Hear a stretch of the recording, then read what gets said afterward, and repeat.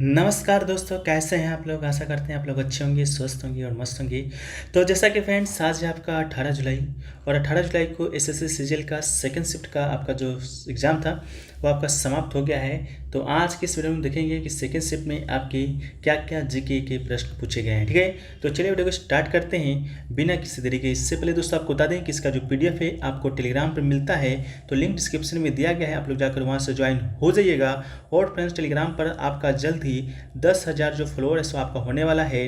तो मात्र कुछ ही फॉलोअर बाकी हैं, तो आप लोग जाइए टेलीग्राम पर, थोड़ा सा सपोर्ट दिखा दीजिए और आज रात तक आपका 10,000 जो फॉलोअर है वो आपका करवा दीजिए। ठीक है, आपसे निवेदन करते हैं, तो आप लोग जाइए टेलीग्राम पर जुड़ जाइए। बाकी पीडीएफ आपको डेली वहीं पर भेजा जाता है। ठीक है, देखिए जो पहला जो क्वेश्चन आपसे पूछा गया था फ्रेंड्स, वो पूछा गया था कि ओडीआई मैच में जो एक गेंदबाज होता है वो आपका अधिकतम है जो कि कितना ओवर डाल सकता है। ठीक है, कितना ओवर डाल सकता है वो पूछा गया था। तो दोस्तों आपको इसका राइट आंसर बता दें तो आपका 10 ओवर डाल सकता है। ओडीआई जो मैच होता है फ्रेंड्स वो आपका होता है 50 ओवर का। ठीक है, पहले 60 ओवर का होता था, लेकिन आपका बाद में 50 ओवर का कर दिया गया है और 50 ओवर का ही है जो कि दोस्तों आपका मैच है जो कि होता है। ठीक है, इसके अलावा एक ओडीआई यानी कि वनडे मैच में 3 पावर प्ले होता है, इसको भी आप याद रखिएगा।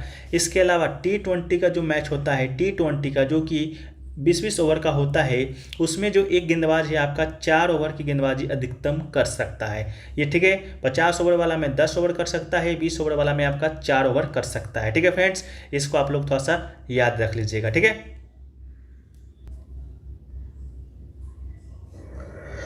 वीडियो में आगे बढ़े फ्रेंड्स, पहले हम लोग बात करते हैं एसएससी एमटीएस की बेस्ट बुक के बारे में, जो कि चाक्षु प्रकाशन की ओर से है। ठीक है, एसएससी एमटीएस 2023 के जितने भी एस्पिरेंट हैं उनके लिए जो गाइड है कंप्लीट है, जिसके अंतर्गत आपको 3 साल के सॉल्व पेपर मिलते हैं। साथ में साथ 2022 के भी सॉल्व पेपर को इसमें इंक्लूड किया गया है। इसमें 2150 प्लस एमसीक्यू क्वेश्चन है। एमसीक्यू जो क्वेश्चन है आपके चारों सब्जेक्ट के हैं, मैथ के भी हैं, रीजनिंग के भी हैं, इसके साथ आपका इंग्लिश का भी है और जीके का भी है। सोल्यूशन के साथ साथ आपको सोल्यूशन किस तरह दिया गया है वो भी बहुत इंपॉर्टेंट है।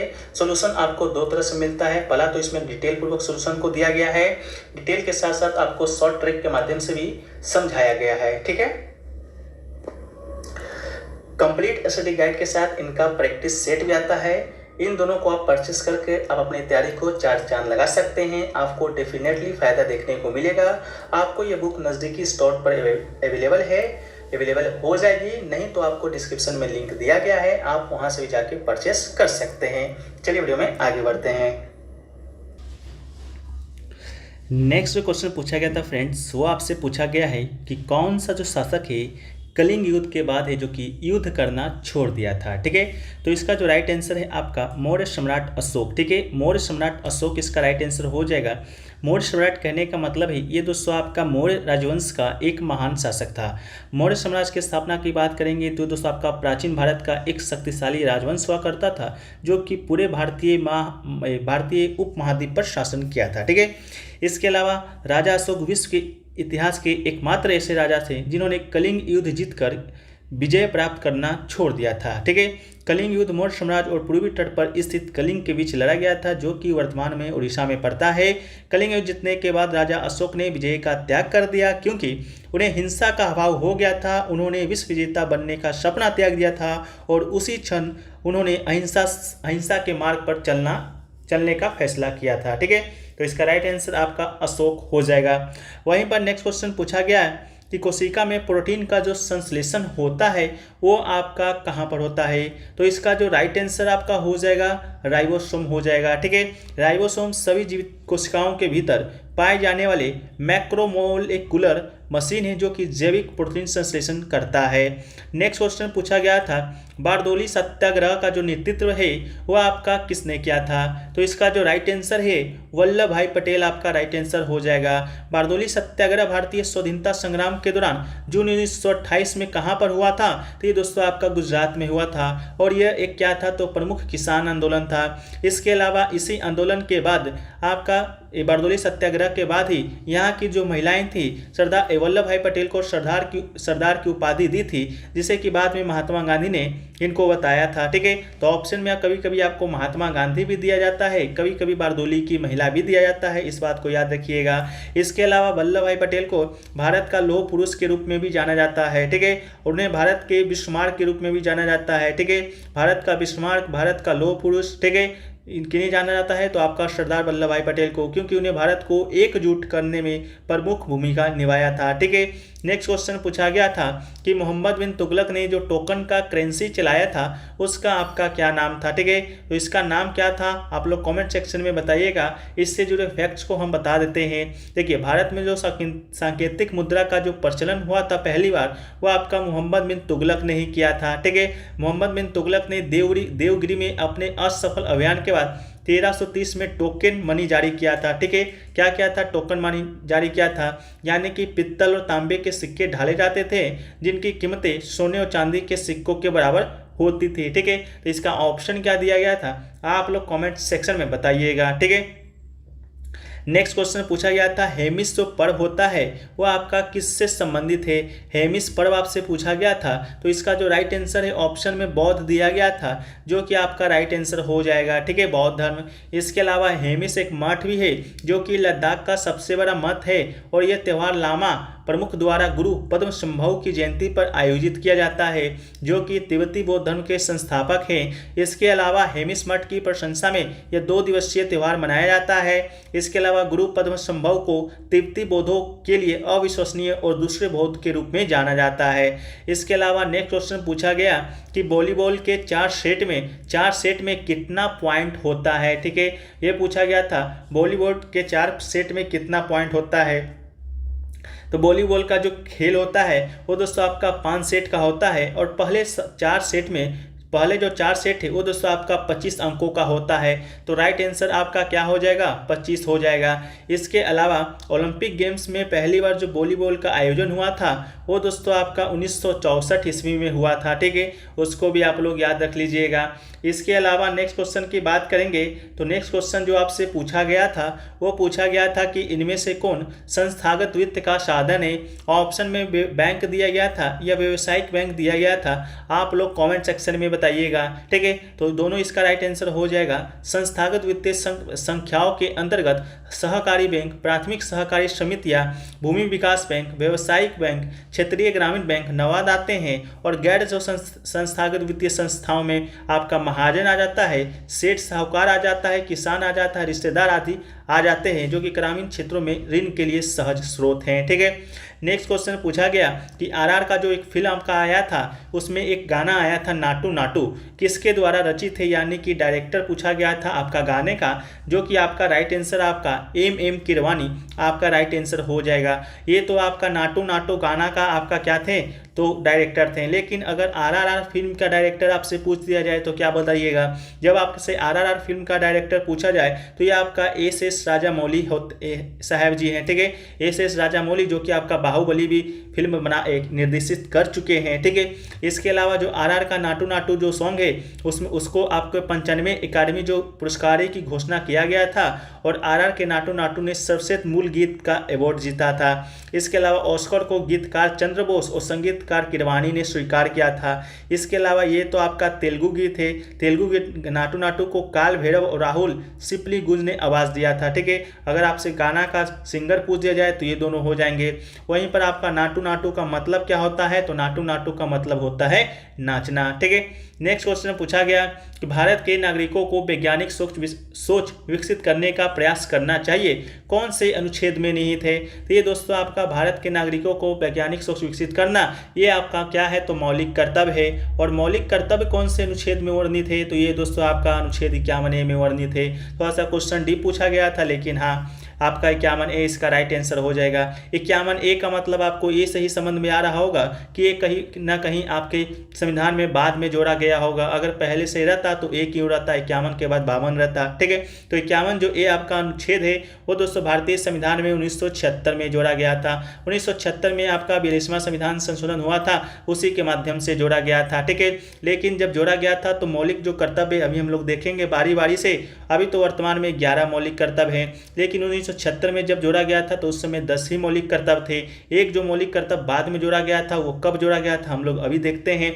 उससे पहले उससे पहले आपका 11 मौलिक कर्तव्य कौन कौन सा है उसको एक नज़र देख लेते हैं। तो 11 मौलिक कर्तव्य में पहला जो मौलिक आपका कर्तव्य है वह है कि संविधान का पालन करते हुए राष्ट्रीय ध्वज और राष्ट्रगान का सम्मान करना। दूसरा आपका है कि स्वतंत्रता संग्राम के सिद्धांतों का पालन करना। तीसरा है कि भारत की संप्रभुता और अखंडता की रक्षा करना। अगला है कि जब आह्वान किया जाए तो देश की रक्षा करें और राष्ट्रीय कर्तव्य का प्रदान करना। भाईचारे की भावना को विकसित करना, मिश्रित संस्कृति को जीवित रखना।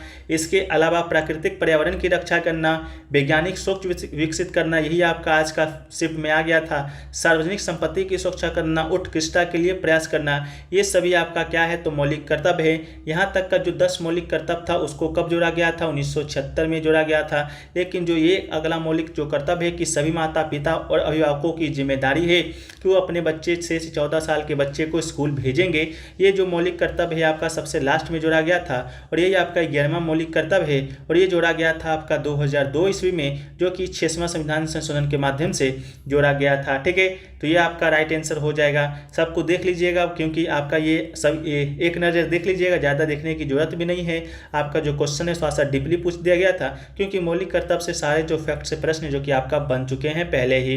नेक्स्ट क्वेश्चन पूछा गया कि राज्य निर्वाचन आयुक्त यानी कि स्टेट इलेक्शन कमिश्नर की नियुक्ति कौन करता है। तो इसका जो राइट आंसर है आपका राज्य का राज्यपाल यानी कि गवर्नर आपका राइट आंसर हो जाएगा। मान लीजिए कि आप यूपी में रहते हैं तो यूपी के स्टेट इलेक्शन कमिश्नर का नियुक्त करना है तो आपका कौन करेंगे, यूपी के राज्यपाल करेंगे। ठीक है, इसी के अलावा अनुच्छेद 243 के अनुसार राज्यपाल जब राज्य चुनाव आयोग के द्वारा ऐसा अनुरोध किया जाता है कि राज्य चुनाव आयोग के ऐसे कर्मचारी उपलब्ध कराते हैं जो कि खंड 1 द्वारा राज्य निर्वाचन आयोग के प्रदत्त कार्यों का निर्वहन के लिए आवश्यक हो सकते हैं। ठीक है, नेक्स्ट क्वेश्चन पूछा गया कि अलीगढ़ आंदोलन की जो स्थापना है वो आपका किसने किया था। तो अलीगढ़ आंदोलन का जो स्थापना है वो दोस्तों आपका सैयद अहमद खान ने किया था। तो इसका जो राइट आंसर आपका हो जाएगा सैयद अहमद खान हो जाएगा। सर सैयद अहमद खान अलीगढ़ आंदोलन से जुड़े हुए थे। उन्होंने 1875 में अलीगढ़ आंदोलन का आयोजन और स्थापना किया था। वह Mohammedan Anglo oriental college Aligarh में स्थित था। ठीक है, नेक्स्ट क्वेश्चन पूछा गया था कि सीमेंट में जो सिलिका होता है वो कितना प्रतिशत होता है। तो आपका बता दें कि सीमेंट में जो सिलिका होता है उसका प्रतिशत थोड़ा सा वैरी करता है, कभी आपका 20 से 50% दे दिया जाएगा। यह आपका जो एल्यूमिना होता है आपका एल्यूमिना वो आपका 5 से 12% होता है। ठीक है, ऑप्शन में बताइएगा आपका क्या दिया गया था। लेकिन सीमेंट में अवयव घटकों का प्रतिशत की बात करेंगे तो सबसे ज़्यादा आपका चूना पाया जाता है जो कि 62 से 67% तक पाया जाता है। सिलिका आपका 17 से 25% तक ही पाया जाता है। इसके अलावा एल्यूमिना की बात करेंगे तो 3 से 8% पाया जाता है। इसके अलावा कैल्शियम सल्फेट की बात करेंगे तो 3 से 4% पाया जाता है। आयरन ऑक्साइड की बात करेंगे तो 3 से 4%। मैग्नीशिया की बात करेंगे तो 1 से 3% पाया जाता है। सल्फर आपका 1 से 3 और क्षार जो पाया जाता है वो आपका 0.2 से 0.1% है जो कि पाया जाता है।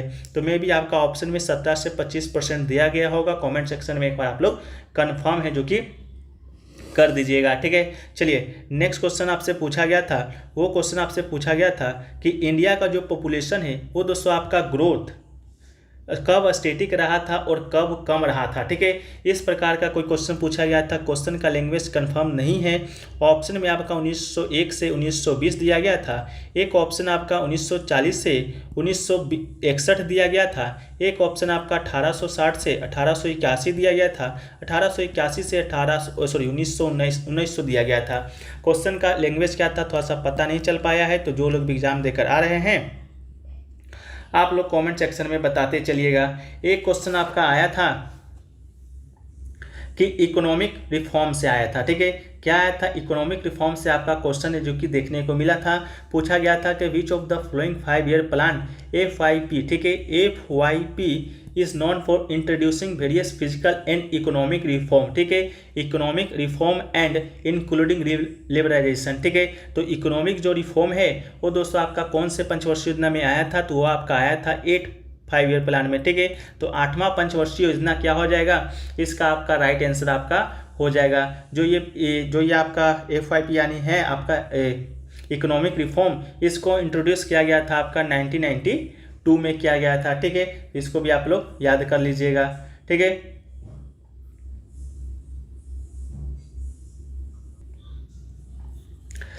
इसके बाद फ्रेंड्स एक क्वेश्चन आपका CWG वेदर से आया था। ये भी क्वेश्चन का लैंग्वेज है जो कि अभी तक मिल नहीं पाया है, तो आप लोग कमेंट सेक्शन में ज़रूर बता दीजिएगा, ठीक है। बाकी लगभग हमने आपके साथ सारे क्वेश्चन जो कि डिस्कस कर चुके हैं।